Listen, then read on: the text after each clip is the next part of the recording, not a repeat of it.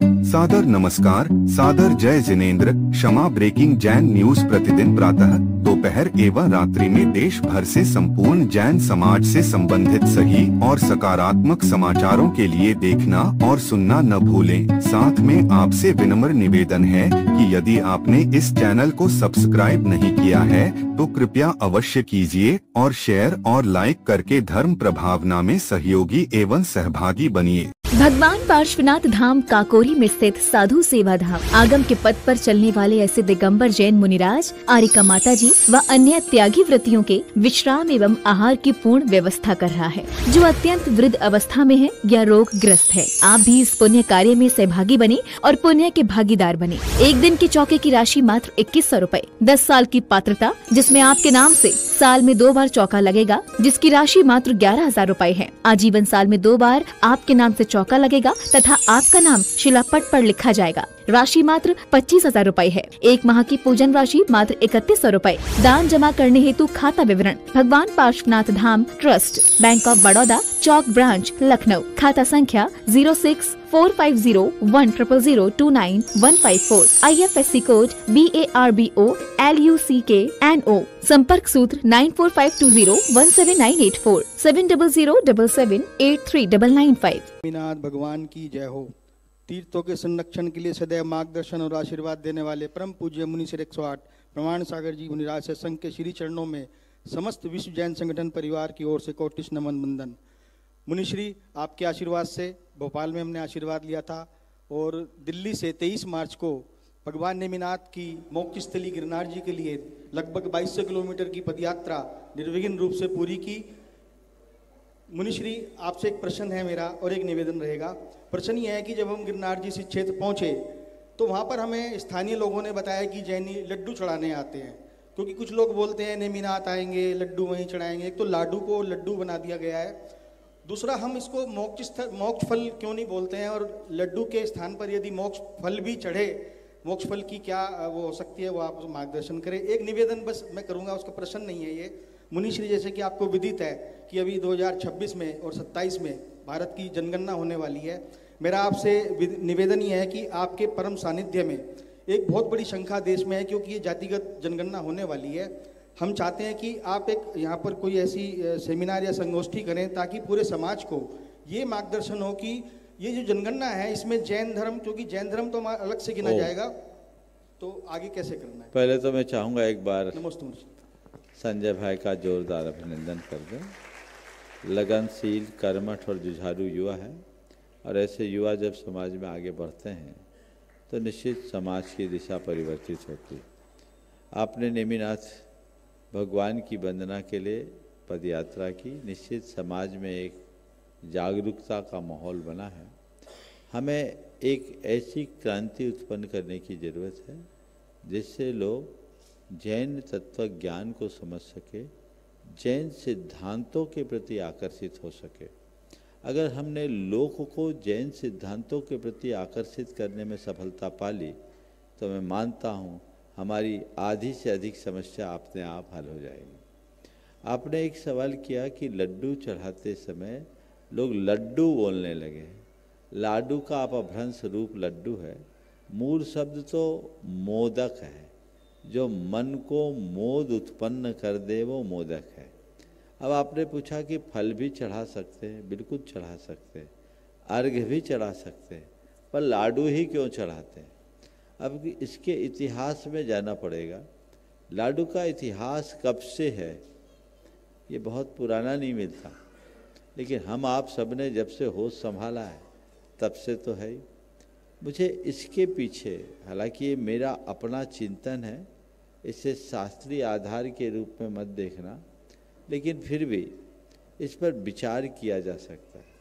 हम लोग लाडू में सर्वाधिक अभिरुचि भगवान महावीर के निर्वाण के दिन करते, तो भगवान महावीर का निर्वाण उत्सव हम सबके लिए एक बड़ा उत्सव है। तो उस उत्सव में अपनी श्रद्धा भक्ति को अभिव्यक्त करने के लिए हम क्या चढ़ाएं। तो दीपावली में हर घर में मिठाई बनती, और भारत में मिठाइयों में सर्वश्रेष्ठ मिठाई मोदक है, लड्डू है। कुछ भी हो तो लड्डू बांटो, ये कहावत है ना। लड्डू खिलाओ, लड्डू बांटो। आजकल अटर सटर आ गए, बात अलग है, लेकिन असली मिठाई क्या है? जो मन में मोद उत्पन्न करे। तो हमारी प्रिय मिठाई लड्डू है, मोदक है। तो हमने अपनी प्रिय वस्तु को ही भगवान के चरणों में अर्पित करने का भाव रखा हो, और शायद इसलिए लड्डू चढ़ाने की परंपरा बन गई हो। हालांकि मैं पुनः ये कह रहा हूँ, ये शोध का विषय, लेकिन अच्छी चीज़ें हैं जो चढ़ रही है, चढ़ने दीजिए। इसकी जगह कोई परिवर्तन करने का औचित्य मुझे नहीं दिखता। हाँ, किसी स्थान विशेष की बात आप कर रहे हैं तो वहाँ की परिस्थितियों पर विचार करके विचार किया जा सकता है। आपने जनगणना के विषय में कहा, बिल्कुल ठीक कह रहे हैं, हमें इस पर विचार करना चाहिए। धीरज जैन जो इसके डिप्टी डायरेक्टर है, मेरे संपर्क में हैं। मैं चाहूँगा कि उन लोगों ने ही मुझसे पहले कहा था कि अभी जल्दबाजी होगी, अभी कुछ भी कहना। अब लेकिन समय निकट आ गया है, एक अच्छी कार्य योजना बनाई जाए और समाज में जागरूकता लाए, पूरी समाज को एजुकेट किया जाए कि हमें जनगणना में किस तरीके से अपने फॉर्म भरना और भरवाना है, तत्परता रखनी है, ताकि हमारी सही स्थिति का हमें सबको पता लगे। 2018 से 19 के बीच में गुणायतन की पहल में खासकर विनोद जी ने खुद ने रुचि लेकर बहुत बड़ा डेटाबेस तैयार किया था। लाखों रुपये इसमें इन लोगों ने लगाए, विनोद जी ने खुद ने लगाए, और एक बड़ा काम हुआ था। तो वो काम फिर इन्हीं विशेषज्ञों की सलाह के कारण रोक दिया गया था। पुनः अब ये मौका आ रहा है, जरूर इस पर शीघ्रातिशीघ्र विनोद जी आपसे भी मैं कहूँगा, अपने रुके हुए अभियान को फिर से गति देने का अवसर आ गया है, जरूर आगे बढ़ें।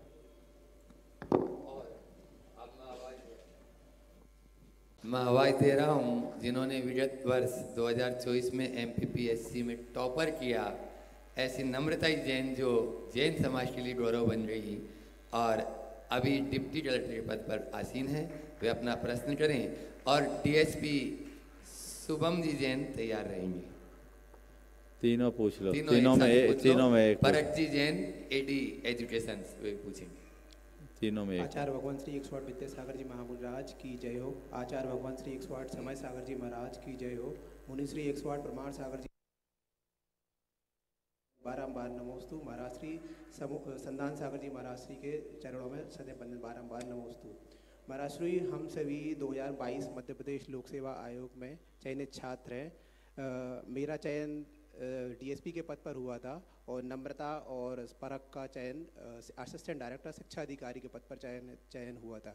महाराज श्री, अति आनंद की अनुभूति हो रही है। विगत सप्ताह जो मध्य प्रदेश लोक सेवा आयोग 2024 का परिणाम घोषित हुआ है, उसमें नम्रता जैन का चयन डिप्टी कलेक्टर के पद पर हुआ है। और कोई सवाल है आप लोगों का? जी महाराज। हाँ बोलो। महाराज श्री, हमारा सवाल यह है कि हम सभी जो भी प्रशासनिक सेवा क्षेत्र में चयनित होते हैं, और प्रशासनिक सेवा क्षेत्र में किस प्रकार धार्मिक मूल और प्रशासनिक मूलों में सामंजस्य बिठाया जा सकता है? मैं चाहूँगा एक बार इन तीनों का, अनुपम जी, अर्चना जी, ये हमारे समाज की होनहार प्रतिभा है, वहीं पर जाकर इनका सम्मान कर दें। ये बहुत अच्छी बात है कि आज हमारी समाज के युवाओं में इस दिशा में रुझान बहुत तेज़ी से बढ़ा है और वे प्रशासन के क्षेत्र में बहुत आगे बढ़ रहे हैं। पर मैं सबसे पहले तो आप लोगों से ये कहूँगा कि प्रशासनिक क्षेत्र में कहीं भी रहो, एक बात अपने हृदय में रखना कि हम एक अधिकारी बाद में हैं, एक जैन श्रावक पहले। समझ गए? उसे कभी भूलना मत।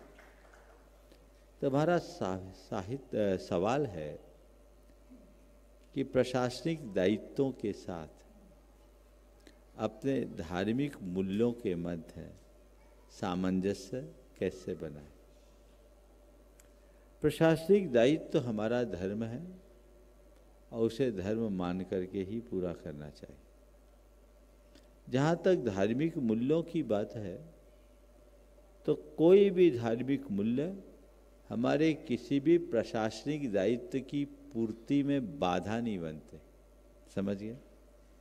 बल्कि धर्म तो हमारे दायित्व की पूर्ति में सहायक बनता है, साधक बनता है।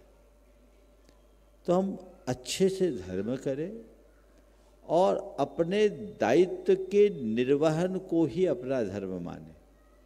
हाँ महाराज जी, कई बार ऐसा होता है कि हम लोगों की 24/7 ड्यूटी रहती है, ना हम मंदिर जा पाते, न पूजा कर पाते, न अभिषेक कर पाते, न स्वाध्याय कर पाते, न गुरुओं को आहार दे पाते। मन करता है और हम इन सब में पीछे रह जाते हैं। अब क्या करें? शायद यही पूछना चाह रहे। हाँ, मैं आप जैसे लोगों को कहूँगा, इन बातों से हताश न हो। अधर्म न करना ही मेरा पहला धर्म है। ठीक, धर्म की क्रिया भले न कर पाओ, धर्म की प्रभावना और धर्म के संरक्षण में अपना योगदान दे सकते हो कि नहीं? बोलो।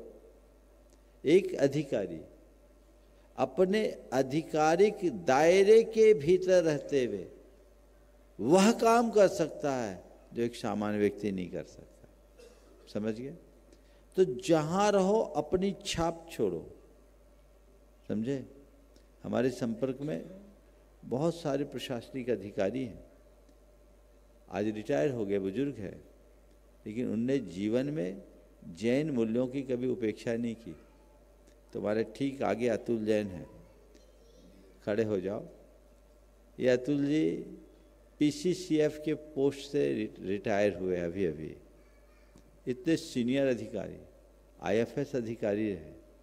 ठीक, इनसे कभी मिलोगे तो समझ में आएगा कि हम अपने दायित्वों के निर्वाह के साथ धर्म की कैसे प्रभावना कर सकते हैं। ठीक, बहुत सारे पुराने अधिकारियों से मिलिए आप। सुरेश जी जो इस आचार्य विद्यासागर संस्थान की स्थापना में फाउंडर रहे शुरू से, उन्होंने अपने जीवन का एक प्रसंग बताया। इंदौर में वे डिप्टी कलेक्टर के रूप में पदस्थ थे। ज्ञानी जैल सिंह भारत के राष्ट्रपति होते थे। उनके भोजन के प्रबंध का संपूर्ण जिम्मा उनके ऊपर था। राष्ट्रपति भवन के अधिकारियों ने जो मीनू सेट किया था उसमें नॉन वेजिटेरियन था। सुरेश जी ने कहा, ये मैं नहीं कर सकता, न मैं खा सकता हूं न खिला सकता हूं।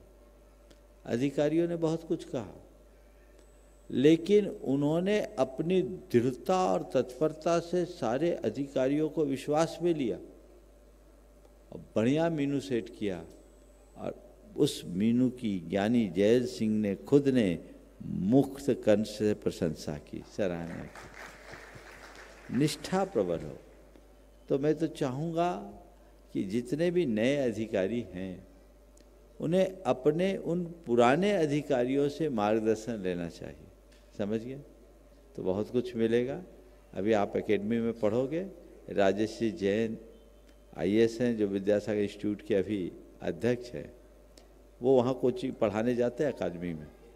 आप उनसे पूछिएगा, बात कीजिएगा, उनके अनुभवों का लाभ उठाइएगा। सुनिश्चित रूप से कुछ अच्छा परिणाम है।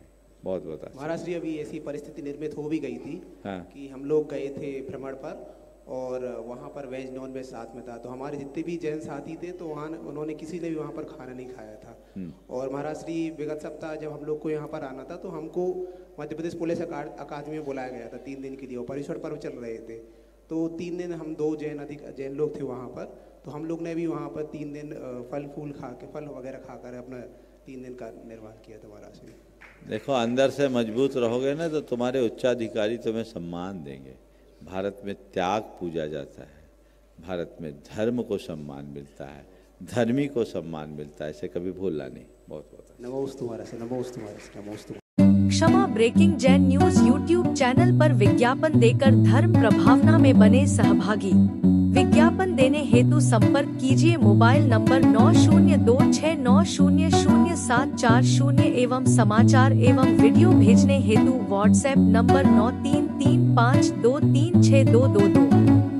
क्षमा breaking Jain news YouTube channel देखने के लिए आपको बहुत बहुत धन्यवाद। सादर प्रणाम, सादर जय जिनेंद्र।